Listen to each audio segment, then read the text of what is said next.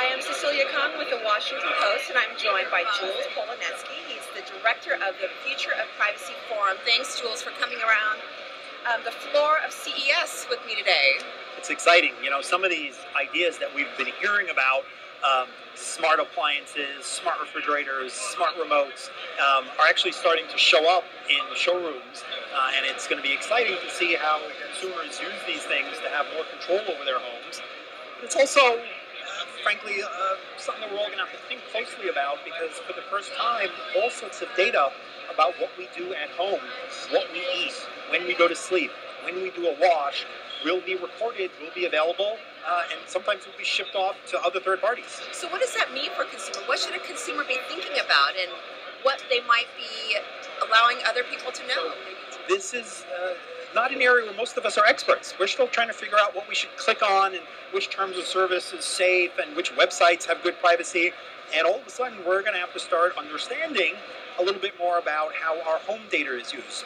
Most people don't want to work really hard at understanding their refrigerator. They'd like it to be smarter. They'd like to know when they're out of eggs, and it's, you know, remarkable that we have a refrigerator that when I'm at the store, instead of calling my wife and saying, what do we need, I'll be able to check, and I'll have a list of everything that I have in my fridge and everything that I need. It's really exciting.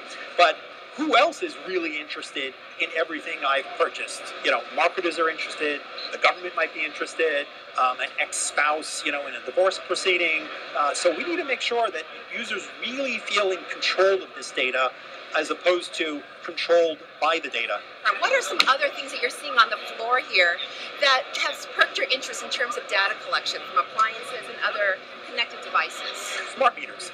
Utilities are increasingly installing smart meters because they'd like to understand how you use power better and give you some signals so that you can manage your usage, and so that you don't put on your washing machine at the same time that you're putting your dishwasher through. It's great for the economy, it's great for the environment, might save you a power bill, but it also means that what devices you're using, these smart meters send back data every 15 minutes. So there's now a entire potential record. And so utilities are fairly cautious. None of them want to see a privacy backlash. But we need to recognize that the more we can keep some of this data in the home, the more legal protection it has. If we can maybe de-identify it before we send it outside. I think we're also going to see lots of third parties, not just the utilities, others who want to plug into the smart meter. And it's important that they do so with the user's permission.